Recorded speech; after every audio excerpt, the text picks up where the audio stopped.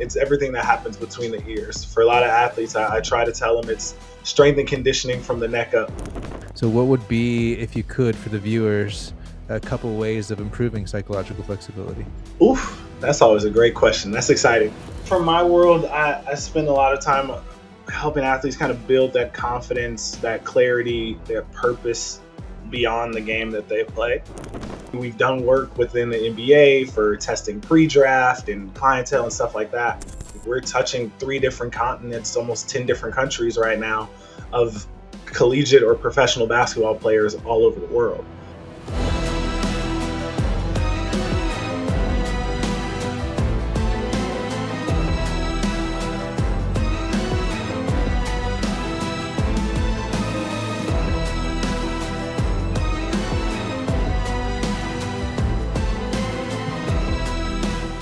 All right, welcome to the Evolving Potential Podcast. This is episode number 32. I'm Todd Smith, and today I have on the show Aren Ulmer. Aren is a former college basketball player and coach. In his current role as a certified mental performance coach for Cortex Performance, as well as IMG, I just found out, he consults with high school, college, and NBA athletes. His research and expertise is in holistic development of amateur athletes, as well as psychological flexibility and how it affects performance in basketball. And yet his skills allow him to help nearly any sport or profession, from corporations all the way through education. Aren currently lives in Atlanta, Georgia, and also offers expertise in social media and brand development. I personally wanted to interview him from a LinkedIn post I saw of his where he talked about retention through relationships and trust over simply providing tools or a program to somebody. So this is huge, and I want to jump right into it. Like, first and foremost, thank you for being here, Aren. No, absolutely, Todd. Super excited. Appreciate you reaching out. I definitely look forward to just having a great conversation. Excellent. So we're going to start off with, I like to ask everybody this because mental performance is a loose topic. Like, I say mental performance to people, some people know exactly what I'm talking about. Some people have no clue. Some people have some sort of twisted edition of it. So what do you say mental performance is? I think, like you said, it's such an evolving answer. I think part of me is actually figuring out like my own concrete answer, but in a nutshell, it is really the mental side of everything we do. Things like confidence, focus, concentration, but it's everything that happens between the ears. For a lot of athletes, I try to tell them it's strength and conditioning from the neck up.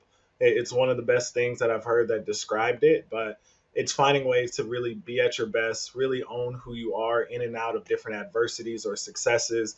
And it's just something that we talk about a lot. Few athletes actually train, but the performance side of it, everything we do, everything everyone does is a performance to some extent. So making sure that we are our best, we feel our best, and I think that allows us to perform our best. That's fair. That's a perfect answer. And so in mental performance, how do you go about keeping clients when it comes to mental performance? You've got clients, you've got a good platforms to work for, but you've got to do the work to build those relationships and actually keep them, because I think that a lot of it can be brought down to like, okay, I'll just provide them the tools, I'll just teach them this lesson, and now they can go off on their own. But if you built a relationship with them, that's something different. Yeah, I really work my practice around like building those intentional and trust centered relationships. I think that's super important for me. I think growing up, I've always been quote unquote a people person and can be able to have to empathize with individuals and really give them transparently, like the trust to be someone you could be with long term, to talk about. It's something I talk about in the very beginning of my sessions with players. It's like, look, we can do this in a very short term fashion. We can check off some boxes and you can be good to go. That's great. But we can also do this long term because as you evolve, different variables come into play. Situations evolve, and this is an ongoing process. So I think part of it is also just, being aware and knowing that not all of the relationships and clients you have are going to be long term. There's finances that play into it. Players get traded, different agents. Like, there's a lot of factors that really go into it. But from what I can do and what I can control, I really just want to be a person that all my athletes, all my clients can come to and just confide in when needed. Right. And we have the counseling, the psychological background from the work that we do through my PsyD, through my master's program. But at the end of the day, being a former athlete and coach, 9 times out of 10, athletes want people who can relate to them, they can sit there and explain what's going on, not being judged, not being taken advantage of. And that starts early on, whether they're in high school, college, pro. I honestly treat all of them the exact same. And I think that's really just played a part in it, being able to speak their language, being able to articulate the things that they're putting into. And there's a science behind it, obviously. Like that's where, I mean, I was able to present at a conference on how to build these types of relationships. But that's something that I Mm. really do spend a lot of time focusing on is like, look, I just want you to be able to trust me that I have your best interests in mind. I'm not trying to get over on you. I'm not trying to use you for what it is that you got going on. At the end of the day, I just want you to be in a better position when you leave working with me than you were when you came. That's just helped keep the relationship long term because I just like to be very real, very transparent, be very honest with them. Sometimes people sugarcoat things or they Mm. want to just stay on the athlete's good side. I'm going to challenge you. Like, and that's what got me into this field. That's what I really developed my why on was I wanted to be someone that I wish I had when I was playing. Mm. So once I kind of took that perspective into mine and kind of approached my work from that lens, it allowed me to retain those relationships from shorter terms to now. I have multiple clients I've been with for 3, almost 4 years now. So It's it's crazy. there's always new things to work on. So let's say if someone's not a people person, they're more of a bookworm. They know all the tools, they know all the science, but they don't know how to build relationships. What would be some advice for them? That's a tough one. Because obviously there's some personality feats that kind of go into it for one, and I think even in that world, you're allowed to still have long term relationships. I'm not saying just because you're a people person you have long term relationships. Hmm. I think when we look at things like empathy mapping and being able to understand what an athlete sees, what they think, what they do, what they feel, their pains and gains. You can use the education side, you can use the bookworm side to really start to just pinpoint certain things, right? Mm. I think the way I look at it, the athlete is the center. Everything that goes around them, how they get influenced, all those different things, their wants, their needs, their fears, I think that's just the world you have to take yourself into. You have to go beneath the surface of whatever like the surface level concern is. And I think as long as you kind of take those times to put yourself in their shoes, um, you take the time to understand really that their thoughts, their emotions, the challenges that they go through. You can do that from a bookworm kind of perspective or kind of that world that you're in. But I think just what you start looking for and how you start helping these clients and athletes, that's where we get to. Whether you do it from a textbook way or a very unorthodox, unconventional way, how I Yeah. mostly approach it, the end goal is the end goal. It's still being able to understand who it is you're talking to help them through the normal challenges, but also the unique challenges. Mm. That was a really good answer. And so, as far as like when you were used to be a player, what did you not have that you wish you had now in hindsight? I think for one, someone to just talk to outside of the organization I was in who could just understand what I was going through.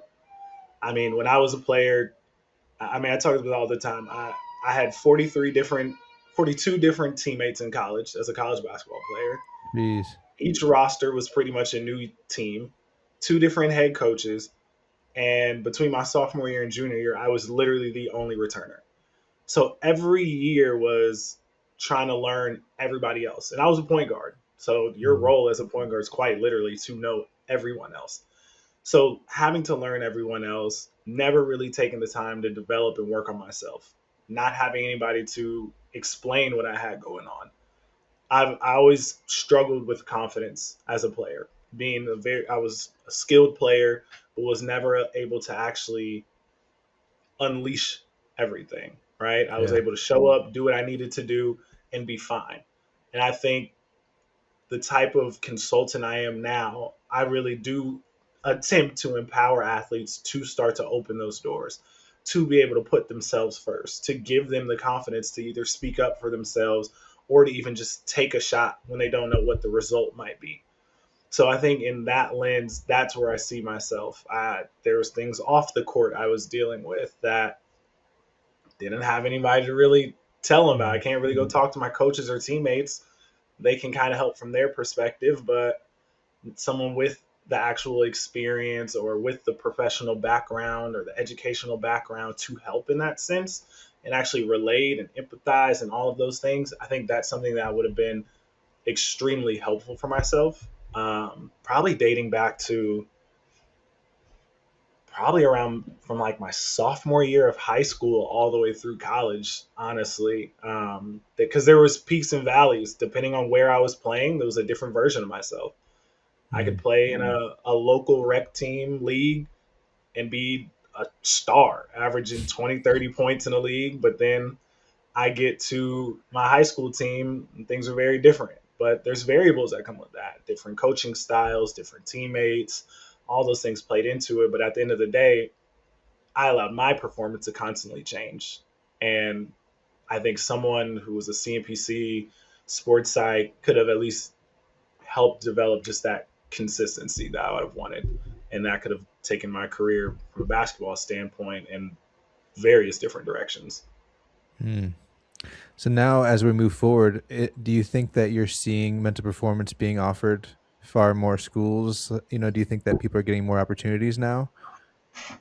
Yeah, absolutely. I think it's still a world between the clinical sports psych individuals and the mental performance people. Um, we are seeing it offered a lot more. I think at the university level, you're going to see a lot more of the clinical counseling, social work, sports psychologists type of individuals. Mhm. They're duly trained. They can handle the clinical side, they can handle the mental performance side. At the professional level, we're starting to see that a little bit too. But we are seeing a growth in the mental performance consultant only practitioners involved. There's NBA organizations who have hired directors of mental performance. There's collegiate teams, but then the private practice route. I know sometimes there's so many private practices, it doesn't seem like there's this big input that's being placed out there.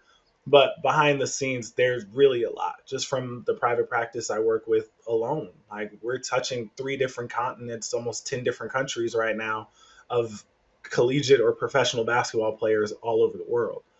Like, so those are the types of statistics that I really aren't putting out there to show the impact of what we're doing. But the accessibility, the knowledge of it has drastically increased in the last, I mean, I'm 28 now, so last 10 years from when I was in college, I mean, I had no idea about this until I actually got into the field of it. But I think now it is a lot more accessible for athletes to find these types of services. That's crazy about Cortex, 4 different continents. So, can you talk about how do you get involved with Cortex and what do they really do? I guess what's the breadth of what they do? Yeah. Okay. How I got involved with them. Um, it was my last semester of grad school. I had 2 classes left. And long story short, my professor is the director of assessment and skill acquisition at Cortex. Oh, nice. On a early semester discussion board, I mentioned I was a college basketball player. I was coaching college ball at the team, and he was just like, "Yeah, I've my company. We've done work within the NBA for testing pre-draft and clientele and stuff like that." So I was like, "That's fantastic." Dave Laughlin, great guy. We set up like an informational interview because at this point I'm just trying to learn what's out there like beyond graduation. I got a couple months to Mhm. graduate. Got to figure out what world am I going to navigate. So have an informational interview with him just to ask what his company does, what opportunities are out there, just not specifically with the company, but just in general. What did he know? One conversation led to the next. He then introduced me to Rainer Meistian, who's the founder and CEO of this company. Um, and then, honestly, from then, what was supposed to be a 30-minute conversation turned into an hour and a half conversation. And now we look back 4 years later and we're still here. Jeez. But ultimately, Cortex is it's a mental performance and culture development company, and we really look at the intersection of person, performance, personality. We really like to empower individuals to own their mental game. That's the slogan: is to own your mental game. So basketball, business development, anything in between and beyond is really where we spend a lot of our time focusing. We have a really big imprint in the international FIBA market because Reiner is European. He's German by trade and he's German by nature. I think is Yeah. a better way of saying it. So we have a lot of connections there, and where a lot has evolved. So me in particular, I mean, I have clients that are in Spain, I mean, Turkey, Greece, Italy, UK, like kind of spread all over. He does as well. And then we have a couple other individuals on our team who do work within the business space, who do work in the collegiate space. So it's expanded. I think the company's been around since 2013. So where we are now, 13 years later, I think that's 13 years later. Yeah, Yeah. it's continuously growing. I think we've taken some really big steps within the last couple of years, just expanding where we've gone to now where we're the consultants for national teams like Canada basketball, covering their entire youth development program as well as their senior national teams. So the imprint is continuing to grow. We're obviously trying to continue to make it and become one of the most impactful basketball mental performance and culture development companies in the world. And we're trajectory, we're on the right path of it for sure. So it's a very exciting time for Cortex as we really are about to take that next step to going from smaller company to a large, massive company that I think does really great work because we genuinely care about the work that we do. Jeez, what an awesome opportunity to get involved in that right at the end of your master's degree. And Yeah, now you're coming up at the end of your PsyD, your PhD, and so what's next? What's that open? What doors does that open for you? I think that's a great question that I'm kind of curious to see. I can't say I stepped into it really knowing kind of where that would take me.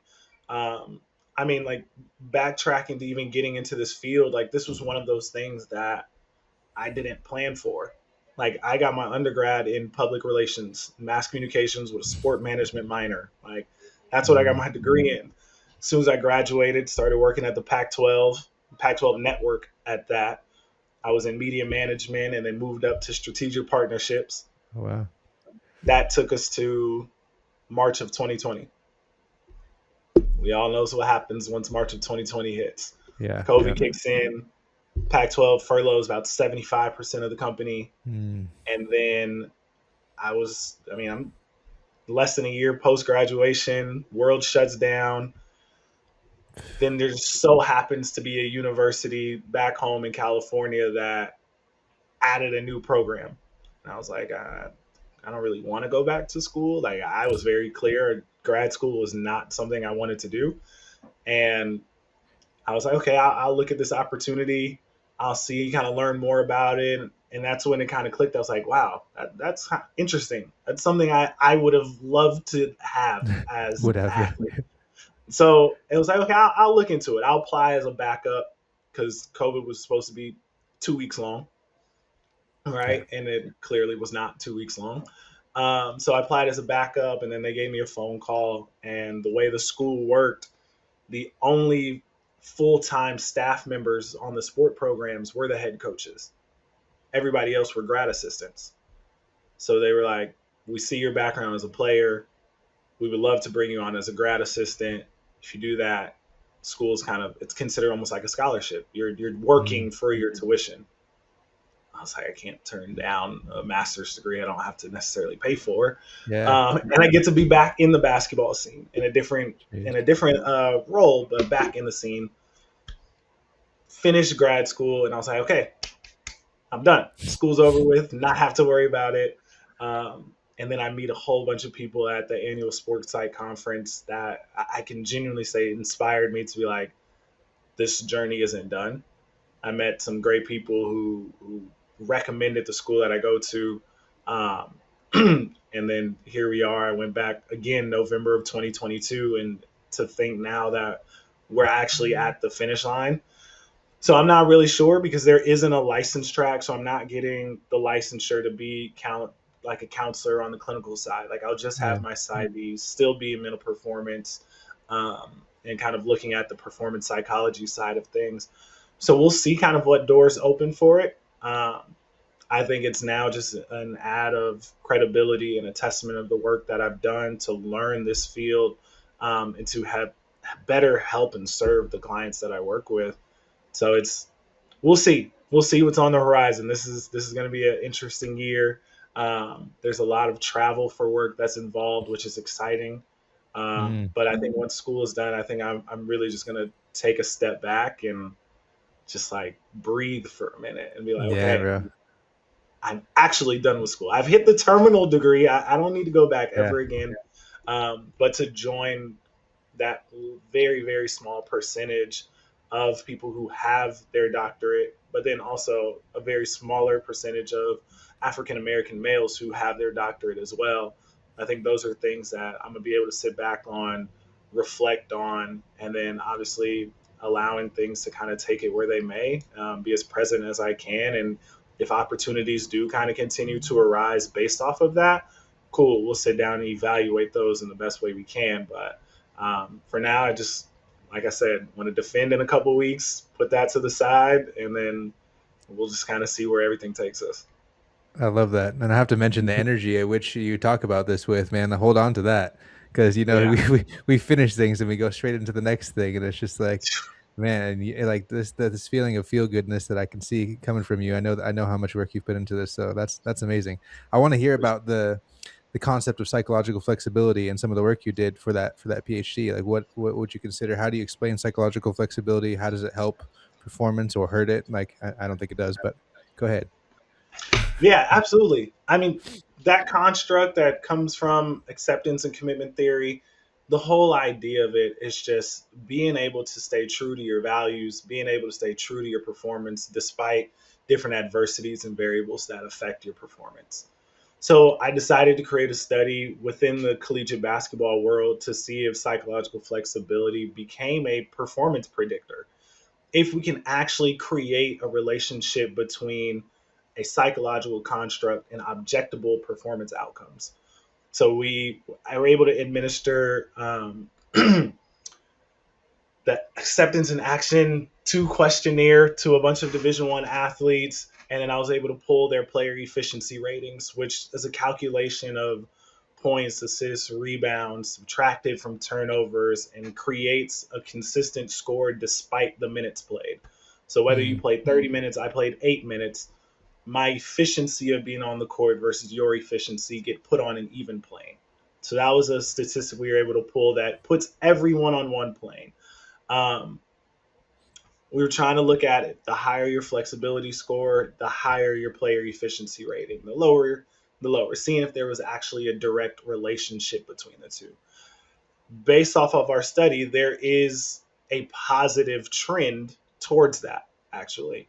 And again, there's so many different factors that go into it. The system that yeah. you're in, Yeah. your what you have going on off the court, the role that you're given. Like if you're a defensive shot blocker, you're obviously not going to get a lot of extra points out of your player Mhm. efficiency for scoring and assisting and things like that. But there is a positive trend to see that the players who are a lot more flexible within their psychological constructs or how they show up, there was that trend towards positive performance. So the whole point of it is like, look, I want to continue to find a way to simplify the work that we do within these environments. If it is a very, very significant like relationship, cool. Now coaches, mental performance coaches, you have an answer. Let's just find different ways to develop psychological flexibility. Because now there's research to show that the higher you increase these levels to be flexible, to still be attuned to yourself despite what's going on, your performance is going to rise. It's simple as that. There's obviously various different ways where people can put their unique touches or different types of mental skills that get involved in it. But at the end of the day, if the goal is to just increase flexibility, it makes it a lot more simpler. Now we don't have to take intake as much and really try to figure out what's going on. We can keep things within this one big silo. Mm, So obviously, I have a whole bunch of recommendations for future researchers to really expand this because, again, this is just Division 1 basketball. Is that the same for Division 2, Division 3, for pros, for football, for soccer? We don't know. But for this particular population, that's what I wanted to spend a lot of my time on. I know they say a good dissertation is a done dissertation, so just to get it done. But I did want to kind of walk away with something that I will personally be able to invest in. I will personally be able to use and kind of champion to know that, hey, look, we have some concrete evidence of what we need to spend our time and energy on. Hmm. Let's just focus on that and then adjust to everything else from there. I love that. And then for all the bookworms, they do need that science to know, like, okay, that's an actual thing that works. Like, this is an actual thing you can focus on and really move the needle forward. So, what would be, if you could, for the viewers, a couple ways of improving psychological flexibility? Oof, that's always a great question. That's exciting. I mean, bookworms, like we say, dive into acceptance and commitment therapy. Being able to reframe self talk is obviously always going to be a huge one. And that's a little bit more on the CBT side. But being able to just accept kind of what's going on and commit to the next action. So whether it's next play speed, that's obviously a great skill that I love working on. That's simply defined as the speed in which you move on to the next play, asking yourself what's important next, right? Being in, just in that way, being in that mindset to know when an event happens, adversity is going to strike. Being able to move on and evaluate time later, because right now isn't the time to really evaluate what it is that's going on, especially in game. Find times Yeah. where there's halftime after the game to spend time doing that. Another big one I love to do, I work with athletes, is helping them pre-plan for adversity. Mm, If we have, if let's say there's 10 adversities you're going to face in a basketball game, and if you're out there in the game and all these 10 hit and you've never planned for them, you're going to spend a lot of mental energy trying to mm, figure out how to get through these. But let's say we plan for 8 of them and we have our script. When this happens, I'm going to do this. Well, now you get to the game, you just have a choice to make. So we've already pre-planned for those. So when we run into those two adversities that we might not have planned for, we have a lot more mental energy that we can spend to make sure we do that the right way. So next play speed, asking ourselves what's important, following kind of acceptance and commitment, pre-planning for adversity, all different ways I would say that increase that psychological flexibility to be able to absorb the punches and jabs that adversity and performance throws at us, to keep us true to our values, our goals, our role, the things that we are actually trying to obtain. I love that, and I love the little simple things that we can hold on to, like next play speed or what's important next. I heard those from Graham Betchart. Are you familiar with who that is? I'm very familiar. Graham is a great, great mentor and friend of mine who's helped me a lot get to where I'm at. Clearly, I'm still using a lot of stuff that he's taught me or utilized in the past, Heck but yeah. I was actually just talking to him last week, to be honest. But Graham's a great guy. Yeah, I interviewed him at one point, and he did an amazing job of simplifying everything. I love that. And then I'm hearing you talking a very similar way. I was like, dude, yes, I love that. Yeah. And so, It's easy. It has to be retainable, right? If we give you these long things to remember when you're on the floor, it's hard to remember those. But if I could just remember key little things like identifying your core values and designing your behaviors, your actions to those core values, those serve as focus points. Those serve as little reminders for yourself, and they could all be one word. I think the more that we can simplify it, that's a big thing I do a lot. I do it in my own world. I do it with my athletes. Let's just simplify things as much as possible. Because if we're in our head too much, there's too many things to think about. We can't direct attention. We can't apply our attention in specific and targeted ways. So if we can simplify it as much as possible, you're going to remember it. You're going to apply it a lot easier. And then you can evaluate it even better. If I can only have to evaluate 3 things versus 15, makes it a lot easier to grow and develop if I'm staying within those simplified terms. yep, that's huge. So I know that there's a lot of commonalities, huge commonalities between anybody. You said kind of everybody does these same concepts. It works across the board, no matter which industry you're talking about. But yet, let's say someone has been working with high school and maybe even work with college. Where does it differ when it comes to working with pro athletes? Is there some sort of significant difference in the way you have to handle them? I would say yes and no. I mean, like I said, I treat them the same just as people at the end of the day. Whether you're 17 a basketball player, 25 as a pro as a basketball player, from a performance standpoint, at the end of the day, you're doing the exact same thing. You're bouncing a ball, you're putting into a basket, you're wearing a jersey with a name on the front. In its simplest form, it is the same. Where it starts to differ is now everything that's also happening off the court. So in terms of, instead of a scholarship, you're now playing for a contract that's going to put food on your family's table. As a pro, you might actually have a family and kids that are at home that may serve as distractions or motivations, whatever it might be. Um, so I think the external world changes a little bit. Student might just have class. Nowadays, obviously, very different at the college level with NIL and things of that. I'm sure we can spend Yeah. an Jeez. entire episode on that alone. But on the pro side, it's how do I maximize with all the time I may have? People don't realize professional basketball players are at work for like 2 hours a day. Mm. Like that's it. Like required 2 hours a day. You show up, you go to practice, you go home, you're done for the day. So now where we work is how do we organize the time? How do we balance our mental wellness? Are we doing things outside that are going to benefit our performance?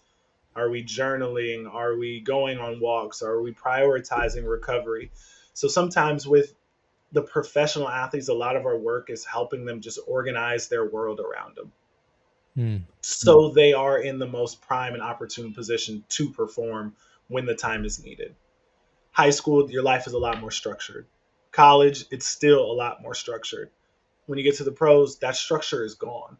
And you've now Mm. lived an entire life of being very structured for you to now learning how to have that structure on your own. And there's a lot of different ways you're going to get tugged and pulled to do everything else, but helping them be able to stay present, to bring themselves back, to remember their why they're doing the things that they're actually doing, still trying to develop without the pressures of I got to get to the next league, I got to get to the next level. So I would say those are kind of the biggest differences I've seen from like the amateur side to like the professional side. That's huge, and that's on a similar to the concept of like leaving the military and having to figure out, entirely, okay, what am I do? I'm in civilian life now. No one's telling me what to do anymore, and that's not an easy thing to traverse. And so I'm glad you brought Exactly. up the NIL though. So I've actually had several conversations with people, when they find out I'm studying sports psychology and want to talk about the NIL and want to talk about the fact of how that's going to change young men, coming up, and then all of a sudden it's like they're looking at a bunch of money. Yeah, it's either standing to make a bunch of money, but it's also standing to lose a bunch of money when they do something wrong. And so have you seen the impact of that firsthand? A little. I would say directly I've seen it a little bit. I feel I hear about it a lot more from individuals who are in that space. They'll tell me stories of like teammates, or I'll speak to agents who will tell me kind of some of the stories, not directly like spilling out all of their business, but I think indirectly I have a lot. Some of the college players I worked with at the time,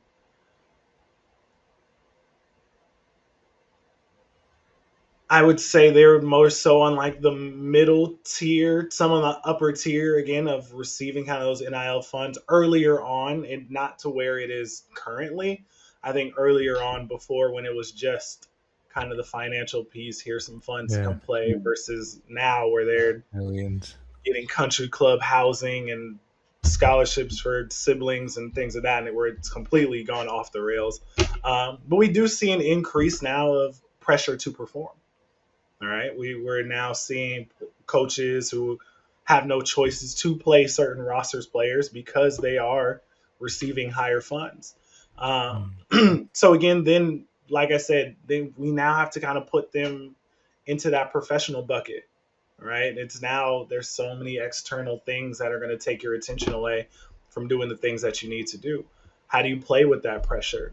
How do you remain psychologically flexible when now the entire city expects you to perform because you're getting paid a check and it's all public information at this point, right? So I think we've seen where this has continued to impact. It's funny enough, me and a handful of colleagues are actually currently putting together an abstract for the ASP conference, the Sports Site Conference this fall, talking about NIL, talking about how they've all worked in the collegiate space right now. They're embedded at collegiate universities, but how us in our role can help athletes continue to find their worth when their worth is being defined for them from an NIL perspective. Mm. So from our side of the world, how do we impact and enhance the environment, the world of these athletes whose lives are changing like that? So I I can't wait to hear the information that they put together that we designed for this. I mean, those are some great people that I work with who are doing great work at multiple high level universities who really do see this impact. I mean, we're talking SMU, Mississippi State, Arizona, UGA. Mm. Like Big those are schools. big NIL schools. So the work that they do is phenomenal when it comes to really building that trust with athletes, to understanding the pressures, the internal and external pressures they're dealing with, um, how to maximize, even your own growth. Like, do you stay at the same school or do you just bounce to another school to get a bigger check? Like that become the priorities have now changed from like when I was a student Mm. athlete. Like we just wanted to get better and win. Like that's all there was to that. Nowadays is how am I going to be as a teammate to someone who I might feel better than, like I'm better than, but he's making $1 million more than me. So Mm. now we got to talk about interpersonal dynamics and things of that nature. How do I listen to a coach who's making less than me? So like there's a lot of these things we deal with. I think True. the athletes I've personally worked with, these weren't concerns that we had to worry about, but there were now the pressures of I'm now a provider for my family back home. And I feel like my performances impact that. They're looking to me to play well so I can continue to provide from them. Um, I think that we see that a lot, and it's hard for 18, 19-year olds to deal with that. So that's where I've seen personally a lot of the college athletes I've worked with from this NIL space, but from the things that I've heard and read on and things of that, there are very dark roads that this has gone down. Mm. And so I'm curious if you have any sort of opinion on, I guess, identity and moving into a place of, let's just say, like someone is making $1 million. Like now you go from, that I wouldn't know what to call it, normal, to now you're a millionaire, Yeah. and that is a certain identity piece. And I know there's a lot of self-sabotage involved with stepping into these new roles and not being ready for them. And so do you feel like you could describe in your own words, some of the self-sabotage you've seen, why it might happen, and then how you might help people to really embody that new identity of something bigger and greater that they want to step into? Yeah, I think from my world, I spend a lot of time helping athletes kind of build that confidence, that clarity, their purpose beyond the game that they play. I think sometimes when you instantly, like you said, you become a millionaire, like those words alone just instantly change you, right? Mm-hmm. So I think when we really can find that purpose and be really true to our identity, that's what I really like to help athletes continue to develop, understanding who you are without all of this. Because again, it is an external thing. I mean, we don't really want to necessarily allow the external things to really influence and impact who we are internally. Staying true to yourself, staying true to your craft, understanding why you're being given this opportunity and how we can maximize it, and being unapologetically yourself throughout it, not allowing these things to change. Because, like you said, there's a great side to it. Being a millionaire is an amazing thing. I think we all want to reach that. But I think in the wrong settings and wrong contexts, it can be very detrimental to you in your future. I mean, we're seeing a lot of kids now who are coming in as freshmen, getting all this money, and then we never hear about them, or the money's gone. Um, so I would say really helping athletes find that identity of who they are once all of this is removed in the process of it allows them to, find that purpose, to stay true, to stay comfortably themselves in their own skin despite the external things. Because we lose sight that college is a stepping stone. The goal might have changed. At one point was to reach the pros. That's the Yep. goal, right? Is to be a professional athlete. Now some of those it might change. Maybe now the goal is just to get to college. You can get to college and you can change your life for you and your family. But I think as these athletes continue to go down this journey, I think it's a learning opportunity for everyone that's involved. The entire ecosystem now of college sports have to learn and understand the benefits, the repercussions that come with it. But my goal at the end of the day from the work that I do is allowing athletes to still stay true to who they are and not lose sight of the things that they have control over, the things that they need to do, their why, understanding the reasons that they do everything that they do, like that motivational side of it, to making sure it's still from an internal aspect and not fully into the external sides of things. Mm-hmm. It's huge. So with your own identity then, moving forward, and you said speaking at the conference, developing your own brand, that is. And so how do you feel like you're able to stand out amongst all these other mental performance coaches? I mean, I think just the relationships that I build with even people within our field, I'm never going to be the one to say athletes should work with me over anybody else. That's never a world I'm going to be in.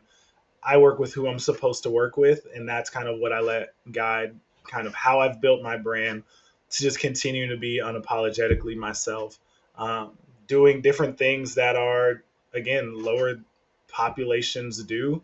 I mean, I mean, I guess honestly, this is the first time like publicly, like even announcing it. Like I have a book coming out in 2 months that's Hell yeah. about being an unapologetic athlete. And it uses my stories. It uses some of my close friends' stories who were all athletes from college to pro, football, basketball. It's just creating a space for athletes, one, to share their story, but be more comfortable about it. But that's just kind of what the brand has kind of built itself to be. I don't really have plans for things. I kind of just let things happen to where they do. And if that's led me to speaking at stages from a national conference or being on podcast or working with the Canadian national team or whatever comes from that, I spend my effort on just building the relationships in the best way I possibly can. I think what inspired me to do that was I was in Fort Worth, Texas for the ASP annual conference. It was the first conference I ever went to. And someone, I don't even remember who said it, but there was a room with a bunch of individuals. And they said, look, the goal should just be for your name to be in rooms that you're not even in. Once you know Mm. that's like you're doing something right when you're kind of reach that. So I was like, okay, how do I do that? I guess my goal is now to just meet as many people as I possibly can, get my story out there, get some of the work that I do out there, and just really foster kind of those relationships. Because then you want to be at a place where people are referring you, people are calling you and like, hey, we want you to work with this individual. Um, so, like I said, it's building intentional relationships, like genuine ones. I'm not saying I'm out here building relationships with people just for a business side of it. Like Yeah, I I hear you. honestly could like care.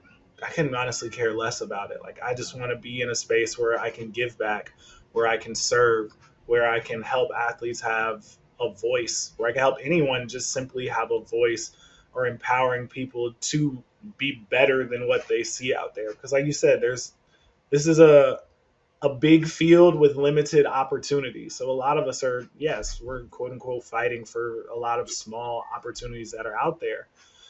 But at the end of the day, as long as I can look in the mirror and be like, okay, I was genuinely approaching everything that I'm doing, I can feel good about that. And the result is the result of that. So that's what I foster a lot of just my energy into. It's just, like I said, it's building relationships. That's something I've done very well my entire life. It's something I'm going to continue to do. But if that helps continue to push the field forward, if that continues to help put other people in opportunities to succeed, I'm all for it. So I wish I had a more direct answer, but I No, it's feel good. like that's the honest truth of I don't necessarily try to put myself in situations to be looked at ahead of other people. I just genuinely show up as myself, be vulnerable and authentic about the work that I'm doing, opening the door to just share stories and storytelling, and letting people learn and enter different worlds that they might not have ever explored. And if that leads to me continuing to grow as a mental performance coach and being in different rooms, hey, that's just a byproduct of the genuine work that I'm attempting to put out there. I love that. And then if you can get in front of those people and speak confidently about a couple topics. What do you like to go speak on? Well, I think now that when the book comes out, I think that's going to be the primary topic Yeah. with just identity and, like I said, confidence, clarity, and purpose kind of beyond the game. That's going to be the big thing. I wasn't even big into identity until I did a podcast. I believe that was a year ago. Yeah, it was about a year ago when I was on the 80% Mental podcast. And Pete was like, hey, I think this is going to be a really good topic. I think you should talk about of athlete identity. So I said, okay, I guess I can. Little did I know, once that came out, I became like the athlete identity guy. Oh So wow. now a lot of presentations became about that. That then also inspired me to shape the book in that manner about athlete identity. Um, so I think that's going to be the big one. I think just athlete worth, mental wellness, utilizing mindfulness. I really enjoy working with coaches, educators, about how to create environments for them to do the work. So I've spent some time with the Golden State Warriors Community Foundation. We put on a whole series about literally teaching nonprofit within the school districts the mindfulness strategies to employ with students. So helping really just create environments. So I think between that, the athlete identity, confidence in who you are, I think those are probably the three big ones that will take me through this next stretch of years until something new comes about. And so you're obviously building your own brand. Then do you have desire to produce courses or digital products? Coach under your own umbrella? Do you do that right now? I don't do that now. Honestly, I don't have the plans for it. Uh, I mean, I'll be very transparent. I wouldn't say I directly have the entrepreneurial mindset. I just love doing the work.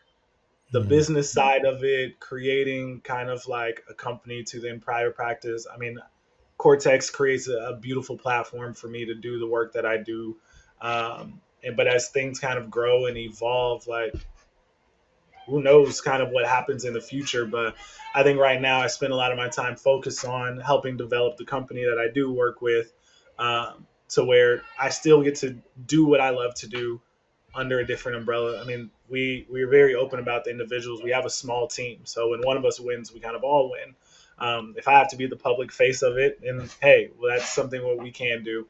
But down the line, who knows?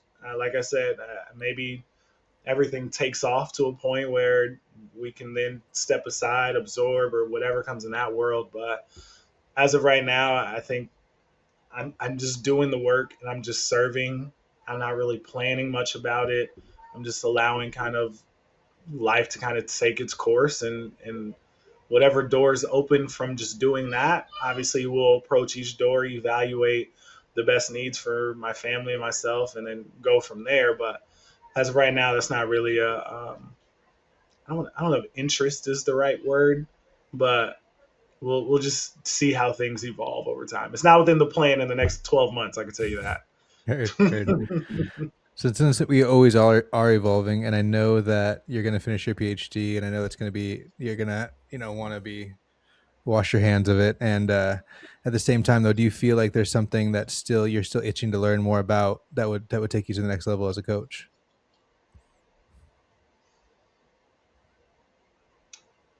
I think the next area I think is more so being embedded with individuals like every day.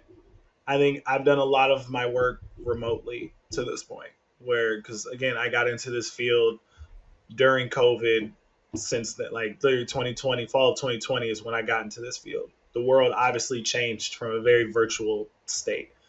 So now those are some of the relationships that I am building to learn from. That's a big goal of mine this year, is to continue to learn of now what this does look like in person, because I believe that is kind of the next step for me, is being embedded somewhere, whether it's in the collegiate space, whether it is in the professional athlete space. How do I now create environments being on the ground 24/7? What does Mm. that look like? What resources make most sense to develop the wellness and performance side of athletes, or whatever that might be? So talking to individuals who are currently embedded in those places within the NBA, within the NFL, I think that's my big next learn. And that, yes, is an educational piece to it, but I think more so that learning happens outside of education. It's learning from the people who have had successes and failures doing those types of things. Is creating a wellness room with the environment beneficial or not? What do we look like when we're on the road? How do we utilize the hotel to maximize this work? So I'm learning a lot of that now before the summer hits. And I fly off to Istanbul with Team Canada for the U17 World Cup, where we'll have Uh, 10 days out there together. Or I'll be in Toronto for training camps like that for I think a total of almost like 30 days this spring. So now those are the types of things that I'm eager and continuously attempting to learn. Just so when I do step into it, it's not so much of just trying to figure everything out. I have some evidence based work that I can immediately bring and provide value from. So I would say that's the next big step, honestly, is now really learning how to be an embedded performance consultant and be able to maximize the work that we do. hmm. So have you seen the movie Coach Carter? Absolutely. Okay, so let's say you get into a Coach Carter type situation. What do you feel like you would do a first couple steps? Like you got to change around this whole culture. Everyone is in a funky place. Like let's just say you get a really crappy job, but it's a great pay, and you got to figure this out. Like what do you think some of your steps are? Oof. I think there's a lot of pieces go into it. I do want to mention first, Coach Carter's fantastic. I'm from the Bay Area, so Oh, that nice. movie actually does hit home. Richmond High, we played against in high school, No way. so big fan of that. Yeah, yeah, yeah. But in terms, I think there's so many different directions that we can honestly go to it. But I think the first one is getting everyone on the same page. I mean, I think identifying even just what the goal is for everyone is a huge first step. I think if sometimes when we see dysfunctional organizations, it's because people's priorities are very different from the GMs to the coaches to the players or athletic directors to the coaches to players to school, whatever it might, whatever division or level that we're at. I think the first thing is helping people get organized with being on the same page. From a performance standpoint, making sure that how players perceive their performance isn't in line with how the coaches have perceived their performance. Hmm. So, I mean, we've created some tools that I've learned from some people, but have helped evolve to track player perception from both the players and the coaches. So I think there's that. And I think honestly, starting to build just like the cohesion, kind of build the chemistry from that point and understanding just awareness. I think by building awareness or opening the door to awareness, you can start getting people on the same page. People sometimes need to hear what other people are going through to understand, to be able to empathize, sympathize, to be a brother or sister, whatever it might be from a team perspective. So I'd say those were kind of the first things. Let's get everyone on the same page. Let's see if everyone just if we're completely at different angles. Those are going to tell you also what it is you need to work on. Because if everyone's on the same page, great. So now let's figure out why this is a dysfunctional organization or why this isn't working. But I think, yeah, to immediately start, I think that's the biggest thing is let's get everyone on the same page, whether we're brainstorming, whether we're setting goals, whether we're going through these activities, whatever it might be. But let's create a sense of alignment first, and then let's go from there. And I think it's a simpler thing to do because it's objective information. It's not necessarily a subjective thing. And then I think once we do that, I think we'll already immediately we're taking the positive steps into fixing all of this. Hmm. So I heard you mention that you have been working remote for quite some time now, and I know that there's two sides of the coin there. Where some people would love to be remote, absolutely, that'd be their dream, right? And then for others, like they want to be embedded somewhere, and I like that. And so I'm kind of curious about your feelings around the lifestyle of that because I've interviewed people who have private practice. I've interviewed people who travel 200 days out of the year. They're all over the place with baseball teams and stuff, and so do you feel like that is the lifestyle you're trying to go on, is be embedded, be traveling, be is that what you're shooting for long term, or what do you think is the most ideal lifestyle for practicing this for you? For me, I think my perfect world would to be embedded with the team where I don't have to travel. Or just selective travel. I've seen different setups, especially like across the NBA, because that's the goal I want to get to. Is obviously working within the NBA. So when team is home, being at all the home games, being at practice every day, things of that nature, having constant, consistent touch points is fantastic. Selective road trips, maybe the longer road trips, actually travel with the team as we go through those changes. I think that would be the most ideal practical for me, just so I get to still be home. I value family, and my family, my wife and daughter, are my world to me. So being there, seeing her grow up, being able to help out, I think is huge. And that's the advantage of Mhm. obviously living in the virtual world is I'm here 24/7, where I selectively might have to leave to go travel for a particular contract or whatever that might be. But that's kind of the setup in what I see. Instead of just my office here, my office at actual facility, and get to come home every day still. But I'm not opposed to having the experience of being on the road all season. Like I mentioned, I'm only 28. If there's a Yeah. time to do it, the time is to do is now. Yep. When I am at a younger age and where that it's feasible to do so. But I would say the dream would to be embedded within an organization with flexibility around travel and being able to kind of pick and choose or coordinate ahead of time, which makes most sense to travel to, versus just being on the road all 82 games plus playoffs if Yeah. the team's fortunate to be there. So I would say there's that. Yeah. That's perfect. So I'm curious then, let's say that someone is a mental performance coach for high school and college athletes, and their dream is also to get to the NBA or NFL or the professionals. What would be some what's the route you're taking? I guess how do you break into that world other than just like trying to get a psychology degree and all those things? Obviously, we know credibility is a big part of that, and that's kind of the reason I was getting my degrees originally. And then I wanted to potentially go into like private practice. But I'm curious if you are trying to become, work into professionals. What's the steps you're taking? I think like I mentioned earlier, it's putting myself out there to meet the right people, build the right relationships. I mean, I hate to say it, the not hate to say it, like the God honest truth, like it's not really what you know, it's definitely who you know. Like that's the Right. world that we do live in. So making sure that I am meeting the right people, I'm having the right conversations, I'm getting connected to the right people. But then again, like I said, I'm doing the work that I just genuinely care about. If the plan for me that God's chosen is not such NBA, then it is what it is. But I am going to put myself in, or attempt to put myself in positions to do that. So meeting people who are under the Mind Health umbrella, being connected to the basketball world, the athletes that I work with. That's why I take so. I mean, you have to care about every single athlete because one, you don't know who they know, the Yeah. agencies that work with them, but then also just covering my bases with my degrees and stuff like that. So I'm not. I mean, I always tell myself limit the number of reasons somebody can tell you no. So Hmm. that's why I got my CMPC. That's why I went back and got my doctorate.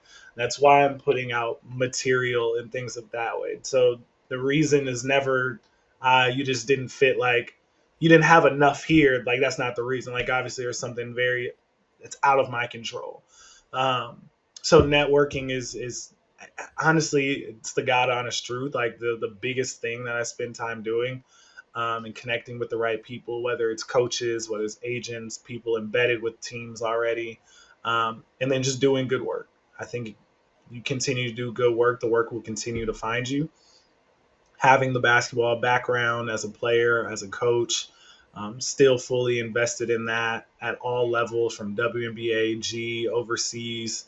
Having those experiences, I think, have helped streamline me to where I'm at this point. But the best I can do now is just continue doing the work. I have the education, the credentials, continue to meet the right people. So when job opportunities do open, again, having my name in rooms I'm not in, it's not even externally posting the job. It's okay, hey, I know a guy who I think you should talk about for this job. That's the goal. That's the benefit from knowing as many people because everyone's trying to get into the NBA. Everyone's trying to get into professional sports. Mm-hmm. It's not a secret, but there's not really a secret formula also to make that happen. Sometimes it's just time and place and situation. But the best I can do is control what I can control, keep relationships with the right people, and just be curious, continue to observe and acquire information that you need. So that's kind of my plan as I go through all of this. And like I said, we'll see what happens just as the future kind of continues to evolve. I love that. So I found you through LinkedIn. Obviously, you're doing some networking on there. So I'm curious, is there a strategy behind your posting? Who are you posting for? You caught my attention with that post. I don't know if that was any intentional or not. If you're just sharing things that are interesting to you, like, is there a strategy there? I think you said it at the end. I've seen a lot of people use LinkedIn for various different reasons. I think now I'm just in a spot of just sharing what I know and being very vulnerable about it. So I think the post that you're talking about was right after I hit my 100th session with one of my clients. Mm-hmm. So I was able to write a post just about kind of what that means to me, uh, how we can continue to motivate other people within our field to kind of continue to grow from it. Because when I was in school, I mean, it was people would kind of tell us our job was to get fired. And I mean, again, to a degree, it makes sense at the time, right? Mm-hmm. That means you've worked with an athlete, you've addressed their concerns, they've graduated from that, now they're good to go. Yeah, but then now, how am I gonna, live and stuff like that? Yeah. So I think then just getting into the field and now seeing long term relationships that I'm developing, I was seeing that okay, there is another side to this that I've learned now being actually in the field. So hitting that milestone, I mean, I think that was probably the fourth or fifth time I've reached that milestone with the athlete. It kind of just allowed me to kind of sit back because we were joking like he's currently a high school junior, but I started working with him when he was in eighth grade, Wow. and he said something. I forgot what he said that day. He was telling me something about he was like I had to tell the underclassmen how to do something. I was like, what do you mean underclassmen? I was like, aren't you only like in 10th grade? He's like, what? I'm halfway through my junior year. And I was like, that's crazy because we started when you were in eighth grade. So now, like, literally watching this kid grow up, go Jeez. from an eighth grader to being a freshman on varsity to now being a leader, teaching these kids skills that I've worked with him on. Mm. So it allowed me to kind of just sit back and be like, I saw kind of the impact of the work that we've done. And it kind of made me feel a little full circle, which is what kind of led to that post of, or at least kind of, I kind of just use it now to just get thoughts off my mind. I wanted to be a lot more involved. So beginning of last year, I started into the article writing a little bit.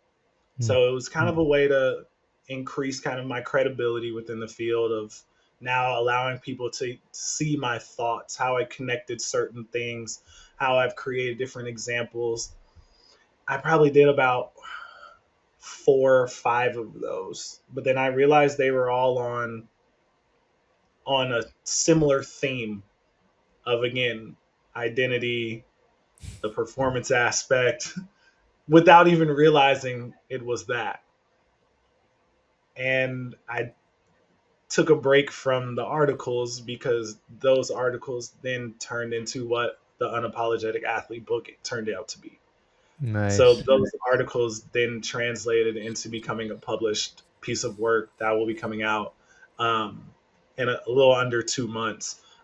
So I think now this year it is kind of figuring out what strategy to utilize LinkedIn on, whether I have the time to do it or not. That's going to be its own challenge in itself. But I think right now it's given me a space to connect with a lot of up and coming practitioners, which has been it's been an internal battle for me, just from like an imposter syndrome standpoint. It's like there's so many great individuals out here who do this work much longer than me.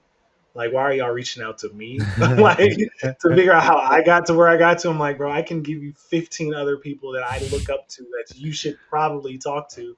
Yeah. Um, but then it also I look the size like, okay, cool. I'm creating a brand where individuals are comfortable enough and desire to kind of reach out, and there's information I can give them that's going to help their journey, that's going to help them, again, back to me kind of being a player, being somebody that I wish I had. Right, when I was in grad school, I wasn't out here on LinkedIn reaching out to people and stuff like that. That kind of happened after the fact.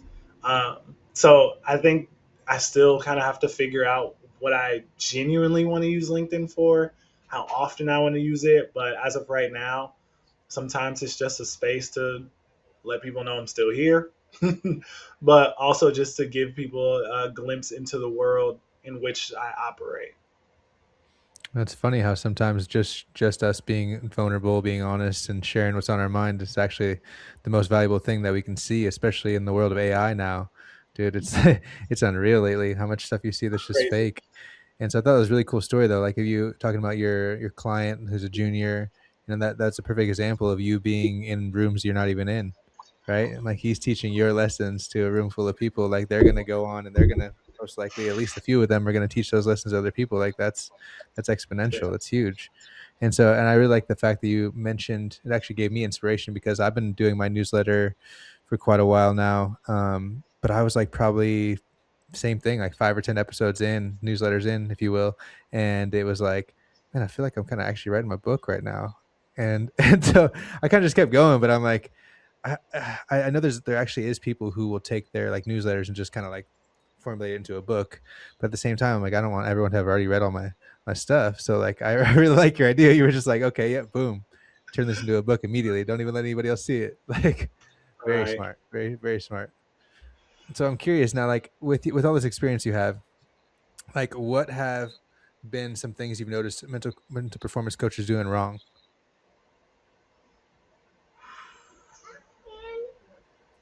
I mean, that's tough because I wouldn't say I'm necessarily in those rooms to see that.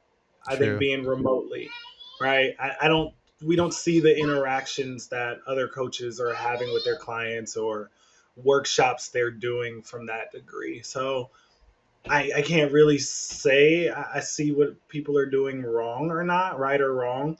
I mean, even within my own company, like I don't know what those client sessions look like, even from the people that I work Interesting. with. Uh, so I think because this is such an, it's not necessarily a new field, but it's a new field. Like the importance of Hmm. it is now growing to becoming a priority.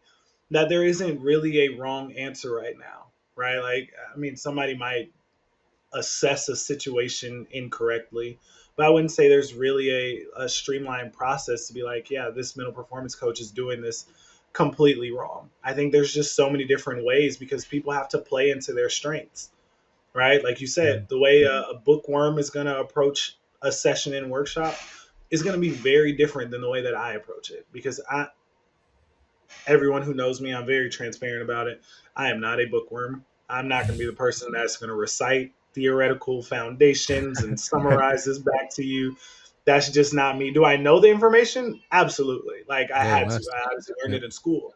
But my skill is being able to take that and make it sound like it's an everyday conversation with the athletes I work with. So I wouldn't really say I can. Yeah, I don't know if I could really pinpoint that where coaches are doing things wrong. I think the coaches just do things differently. Um, Whether they structure certain curriculum when working with athletes or teams, whether they're loosey goosey about it and just approach what's currently happening in that moment. I think there's benefit for any of the coaches that we do or the clientele that we work with. Um, so yeah, I don't know if I can say I see other coaches doing things wrong necessarily. So, yeah, that's still a perfectly good answer. I heard you mention God earlier, and I've personally was on a path of spirituality. And when my son got diagnosed with autism, and I was going through a lot of Oh, stuff, really? and trying to like I was dealing with a lot of frustration from the symptoms of that, and grief, obviously as well from what I thought it might have been or expectations I might have had. But ultimately, I came to realize, and I'm curious about your opinion on this now, is that a lot of what's being taught as sports and performance psychology is really just spirituality in the performance context. So I'm curious. There's obviously more to it. That there's more tools, there's more things like that. But like mindfulness and purpose and values and all those things. So do you feel like your spirituality, your own sense of spirituality, comes out in how you coach, or that you find that being a something a topic of conversation, or just your personal opinion on spirituality in sports?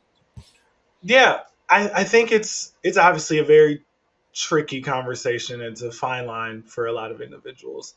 I think directly, it's not something that I put on to athletes. Like, my beliefs are my beliefs, your beliefs are yours, and we can keep them that way. Um, if you feel the need to share it and that becomes a priority, absolutely, let's rock with it. Whatever your religion might be, I think again, I'm a big fan of owning who you are and what you believe in, and how we can tailor your performance identity to fit that. I'm a big spiritual person, Christian. I've been in Methodist churches my entire life. Like, that's a big part of who I am, what I believe in, the principles that those have taught me over the years. It's something that I definitely exude in who I am and how I carry myself. And I feel I can do that without having to vocalize it Mhm. in kind of that setting, because we do live in a world where cultural sensitivity is extremely important. Um, so with certain athletes who do vocalize that and that becomes a priority, yes, let's 100% dive into that on the purpose of you being very comfortable in your skin of who you are. Because if we can do it at that level, we can then take that same like formula of getting to that to do it for your confidence on the basketball court, right? You can own who you are within your role. So I would say, in a way, the work we do, yes, the spirituality of sport or performance in a sense, but it is more so just like having certain guiding principles and values. So I think like the process to that way is very, or the spiritual way, the process is very similar, kind of in a performance standpoint for whichever kind of spiritual background that you do have. But it is definitely something that guides the work that I do, how I want to show up for others and serve in that capacity as well. Mm. Yeah, I think so. In my mind, George Mumford's a really good example of Great quote. it feels like it's just spirituality and mindfulness and things like that he's teaching. And I'm like, this is so cool to see so much value come from that, Yeah. in a high performance, environment, and be like, oh, settle down and take some breaths, and and people get really good results from that. Obviously, there's a lot more to it than that, but Yeah. I'm curious about your time now at IMG, because I've probably interviewed 4 or 5 people who have worked there. I just love hearing the perspective of going in there and seeing, like, and just having no idea what to expect and being very impressed with it. I don't know if you actually got to go to the physical academy or you only worked online, but I'm sure you had some sort of awesome experience with IMG as well. Yeah, so I work with the IMG Academy Plus division, which is the remote branch of it. Um, it's been a great experience because, just like you said, the network of IMG is massive. So there's a lot of good work that we do there in partnership with NCSA, which is one of the biggest like recruiting platforms for high school and youth athletes. So the influx of athletes that I get is it's very eye opening because I work with every sport there, from Mm, volleyball to baseball to softball to soccer to basketball to football, whatever it is. These are athletes who are all over the world. The athletes I work with don't actually attend IMG Academy. They're individuals all over the world who want the IMG Academy service. Um, oh, so it's been great. I've been able to develop some great relationships with managers, with other mental performance coaches, with dietitians, putting together workshops for 200-300 athletes at one time, talking about the mental side of the game paired with nutrition and things of that nature. um, it led me to an opportunity to work with Atlanta United for a year, so I was able to oversee mm, their academy. So it was like 5 or 6 different teams, oversee all the mental performance and wellness, which was a direct relationship from IMG where I was able to get that. Funny enough, the one time I've been to IMG's campus, was actually for a tournament when I was working at Atlanta United. Oh wow. So we had a tournament, and it was on IMG's campus, but it's a totally different. There's not as much connection between the on campus staff and the remote division. But when I was able to reach out to some people that I did know, I was like, hey, we have an off day this day. I would love to spend, just come tour, see what the facility's like. Because I've always heard of IMG. Like, they're big basketball. So I've known about it since I was in school. So I kind of hit them up, and the reception was just made like they had a full day planned. Well, you have to have a full day because the campus Uh, is massive. Uh, but being able to then be on campus and see all the work that they're doing, from strength conditioning, from sports science, from leadership development, mental performance, the resources they're all allotted. I think it was just amazing work that they're doing up there. Being able to expand the reach of the work that we do, it's a beautiful thing. Um, to just touch, I mean, to, like I said, like, to expand the reach is outstanding. So love the work that they're doing there, trying to find ways to simplify it and provide access to people who might not be in positions to receive like private practice or personalized developed training and things of that nature. So, yeah, it's been a great experience working with them. I nothing but good things to say about how they've operated from an on-campus standpoint, the work that they do in the mental performance space, as well as even from the remote space. They have some highly qualified coaches and practitioners who are spending their time also giving back to athletes who are a lot younger, who need the work just as much as the collegiate, just as much as the professional athletes. And so, having worked with all these different sports you mentioned, I'm curious, and I like to ask this question as well: is fast-paced sports like basketball versus a slow-paced sport like, golf? How do you approach them differently? It's funny you say that. Last night I was actually working with one of my golfers, and we were making the comparison between basketball and golf. No way. Uh, Okay, let's hear it. because they have so much time on their hands. So after a bad shot, you got, depending on how many people you're playing with, you got almost 5 minutes between your next shot. So how do you Mm, organize your thoughts to where the next shot is not affected? Basketball, it happens like that. You don't have as much time to think, so we just have to make sure our thoughts continue to be productive. Um, I don't necessarily like to treat them as differently as you might think. Again, the internal work in the mental performance game, the internal work remains the same. The only thing that changes again is the external constraints or environments that we're in. mm, But developing confidence, developing focus, developing motivation, developing all these different aspects or mental skills, they're all the same, right? At the end of the day, performance is performance.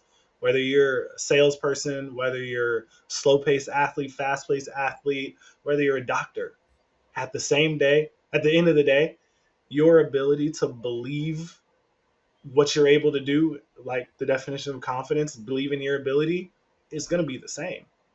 So that's what we're working on. That's what I'm working on with athletes. So that kind of remains on the same plane versus approaching things differently based off kind of the externals. Because that goes against even what I preach to them. Whether you're in practice, whether you're in a regular season game or a championship game, who you are and how you show up wants to be the exact same. Just mm. the externals are changing, right? There's a trophy at the end of it, but the skill set still remains the same. Yeah, I love how that. I love how you come back to that because, like, that was the same answer for talking about college versus pro versus high school, and then you're talking about fast pace versus slow. It's all the same internally, and then there's external conditions that are going to change, and those really aren't supposed to, at least, affect you that much. And so I'm curious, Suppose. when it comes to like focus. I interviewed another gentleman named Tuck Taylor. I'm not sure if you ever heard of him. He's out of Florida, owns a gym called Neuro Beast, and he does a lot of I guess it would be called cognitive training. So he's using like light up balls and like all these different things. Like, are you familiar with any of that? And what are your thoughts on that stuff? I'm familiar. I've never actually used it. I think I've used it once, and we're starting to see a lot more of it. Again, as people are expanding the science of these things and finding tangible ways to have engagement and train these things. I think there are traditional ways or older ways to do it. There's newer day and age ways to do it as well, which is we're seeing with that type of stuff. I'm a fan of it. I think finding ways to integrate that type of stuff within our world is huge. I mean, I think we're in the mental performance space can start to serve as kind of the concierge for development, especially when we're embedded in places. We're having the relationships and knowledge to know that someone like the person you just mentioned, hey, we should bring them in to develop this. I'm never going to be the one where like I got to be the only one to develop all of these different aspects of that. Nah, if I can say, hey, bring this person in for this person in for that, we're good to go. That's the world I want to be in. So I mean, we are seeing that. We're seeing a lot of this AI supplementation as well. Like that's a world that's starting to quickly grow. I mean, we get messages from AI companies all the time that want us to kind of test their products or help navigate like their language models and things of that nature. So it's all this is growing. It's growing very fast, and as technology and all these things continuing to increase, we're going to see more and more of it. But I still think even with that, those are supplemental to still. It's great. You can train your cognitive mind to do this, but do you actually know how to apply it? How do we take what we learned in there into actual settings? And I think that's where we'll continue to have our impact by being able to vocalize it and help them really paint the pictures from the skill that they just learned, how to actually apply that into the performance world. Mm. Yeah, true, true.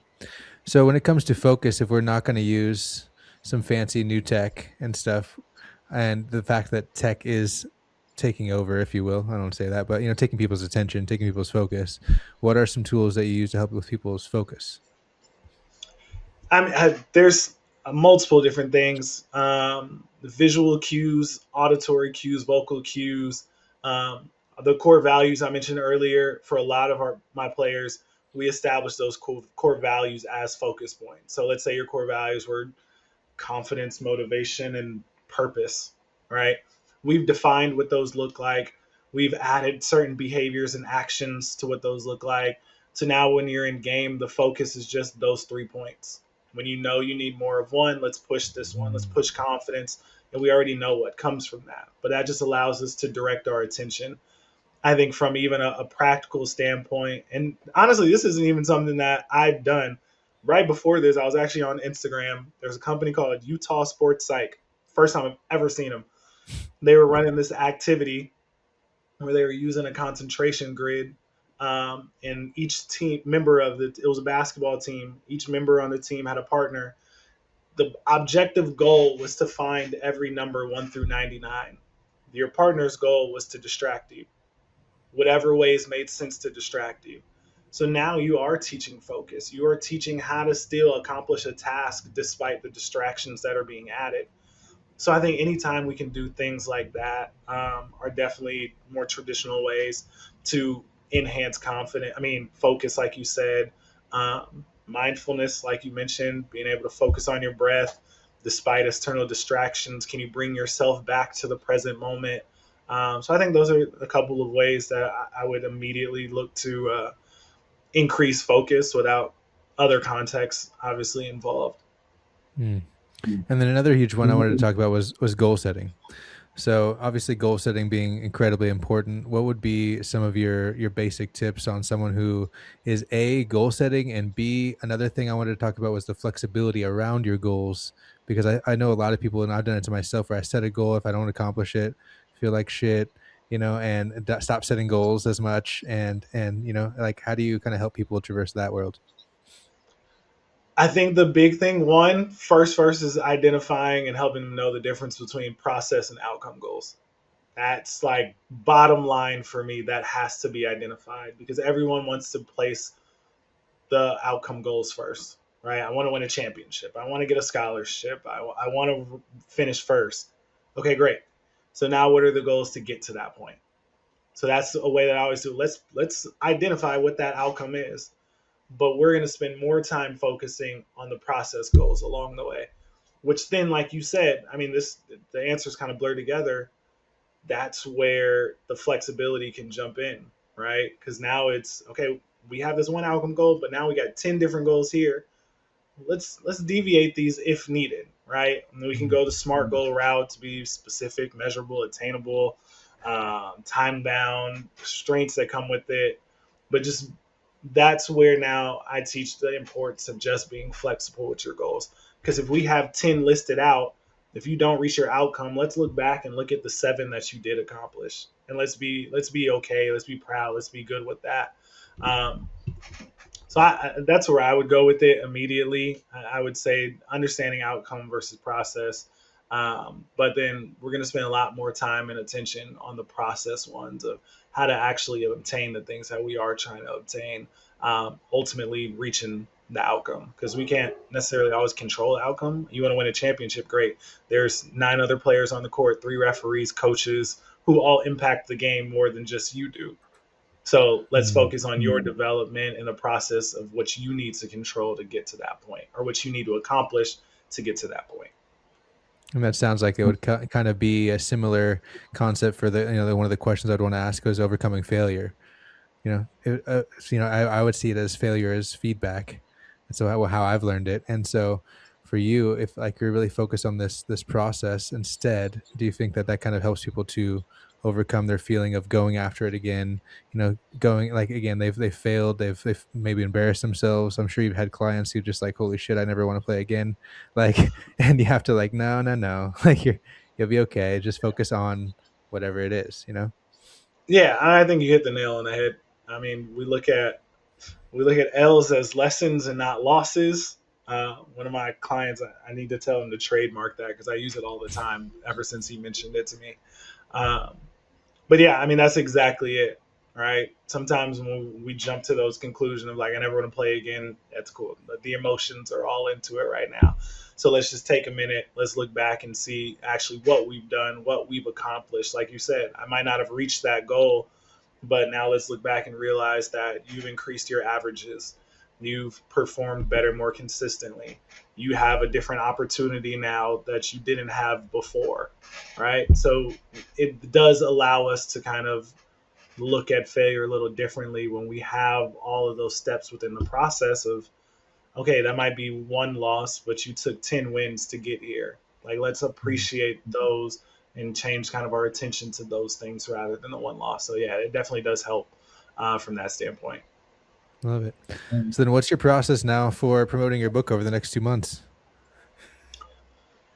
I'm not, I think that's kind of what I'm figuring out. I think we're going to wait until after. Right now, I'm finishing that dissertation, that I'm defending that. Gosh. And then once that's done, we'll shift into kind of the, I don't even think I'm doing a pre-order or anything like that. But then just kind of getting the marketing materials to kind of put it out and then even announce it for one. Um, I do have a book release event that's going to be held in April here in Atlanta. I have some great connections and partners at Clayton State University, which is a D2 nearby, who wanted to host it. And I was like, okay, great. Like, let's do it. Um, Again, kind of like what we talked about earlier, like when you asked, like with my PsyD, what's the plan? It very same with this. I don't really have a plan. Like I wrote it, it's done. I published it. I have some couple printed copies, but kind of whatever happens, happens. And that's kind of where I'm keeping it for now. But we'll definitely kind of start to put it out there leading up to it. It's actually going to publicly release on my birthday. So it's kind of like my gift to Nice. myself. So April 16th, 2026, Unapologetic Athlete will be released. Heard. Heard. So probably a month before. It's funny, I actually kind of have to announce that I defended my dissertation first because everybody knows that I'm still in school, and then they'll see the book and they'll be like, "You're not a doctor." And I'm like, "Well, I kind of am now." So, Oh so I wow. kind of have to announce that. So I think kind of by the middle of March, I'll probably spend 3 weeks kind of leading up to the release, kind of just putting out there, explaining what the project was about, kind of building some momentum, and then kind of just releasing it, and then letting it do what it does. Like if it blows up, like that's great. It's just reaching more people. If it doesn't, I've had some early readers who it's already impacted, and that's all that matters to me. Mm. There are some people who were part of the project that have been inspired to now work on their own projects who are former athletes. That's a win. That's all I necessarily wanted from this, was just being able to put thoughts and ideas into something and be able to share it. Um, I'm very new to it. The second book, if I ever go down that path, will be a lot more organized that time. But this time, it's really just, it's going to be putting out there, and then whatever comes from that comes from that, and that's honestly as simple as I want to keep it. Um, but in about a month or so, we're already at February 21st, so probably in a couple weeks, probably around like the 18th, 19th of March. I'll probably put it out there, or maybe even like the 20th, somewhere around there. It's when I'll kind of make the first kind of public post about it, just to kind of generate the excitement about it before releasing it. Because this is the hardest part. Like, the easiest part of writing this book has been writing it. Ever since I finished writing it, that has been the most stressful. Now that it's been Yeah. done, just sitting here waiting, thinking about it, and Uh-huh. all the different like things that could happen, that's been the biggest challenge. But it was a great challenge for myself. I mean, to write a book the same time you're writing a dissertation, it's Yeah, geez. insane. Would not recommend it for anyone to do that. But we'll see where it goes. Super excited about it, and super excited to share just kind of pieces of my story, pieces of some of my closest friends' stories, and this with the goal of just helping anybody who having a voice for the unspoken. That's the whole point of this. I hope it's relatable for some people, and they're like, wow, there's someone else who's going through a lot of the similar things I went through, and this is how they got through it. Let me try this, and hopefully that helps. That's the whole purpose of it. I love that. And I think it's funny that I really caught the fact that you said that you were not sure if you ever have a second book, but then you also said you're not sure if you're ever going to go to grad school. So, we'll see what happens. Exactly. Who knows what's going to happen? Who knows? I love that, man. I love that, man. Well, I'm going to wrap it up here, man. And I'm grateful for you being here. I'm grateful for the viewers for watching. I want you to take a second to let them know where they can find you: LinkedIn, Instagram, YouTube, whatever it is you got. Feel free to plug it now. Yeah, I think it's very simple on all platforms. Aren Ulmer, the way it's spelled, is going to take you to everything that you need, from the Instagram to LinkedIn. Actually, funny enough, my Instagram name is actually going to change in a couple of weeks. So depends on when this comes out. For right now, it'll still be Aren Ulmer. You'll still be able to find me through that. So if you put those in, you'll be able to find me on all platforms. So please feel free to reach out. If you ever need any mental performance psych work, or if you just want to talk, please just reach out, and I'll be more than happy to. I love that. And what he's discussing about his name changes, my guy's about to be a doctor, if you haven't heard that already. So congratulations again, man. And thank you for being on the show. Greatly appreciate you. Thank you, Ty. I appreciate it.